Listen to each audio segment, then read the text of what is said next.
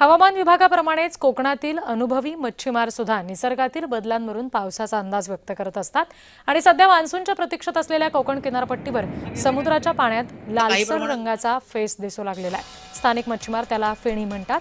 समुद्रात फेणी दिसू लागल्यानंतर काही दिवसात मान्सून दाखल होतो।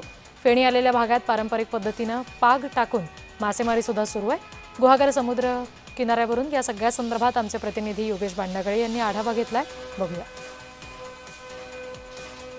कोकणात मान्सून दाखल झालेला आहे आणि कोकणातील जो प्रमुख मासेमारी व्यवसाय आहे तो 1 जून पासून बंद झालेला आहे। यांत्रिक बोटी या समुद्रामध्ये नेऊन मासेमारी करण्यावर बंदी घातली गेलेली आहे। आता आपण या ठिकाणी गुहागरच्या समुद्र किनारे आहोत आणि आपण या ठिकाणी बघू शकतो की या ठिकाणी समुद्राला काही प्रमाणात उधाण आलेलं आहे आणि या ठिकाणी समुद्राचं जे पाणी आहे ते काही ठिकाणी लालसर झालेलं आहे। त्या पाण्याला फेसही आलेला आपल्याला या ठिकाणी दिसत आहे।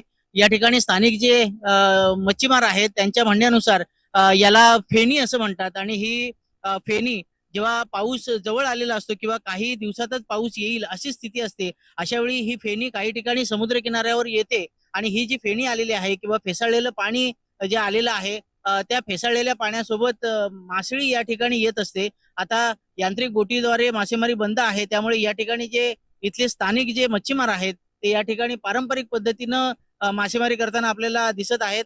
खरं तर हे जाळं टाकून जी मासेमारी करत आहेत त्याला पागवणं असं म्हणतात। या ठिकाणी पागवून खरं तर व्यवसाय करता येणार नाही, परंतु घरी घरी जेवणासाठी जी मच्छी जी लागते ती मच्छी या पारंपरिक पागवण्यातून या ठिकाणी ते आजमावण्याचा किंवा मिळवण्याचा प्रयत्न करत आहेत।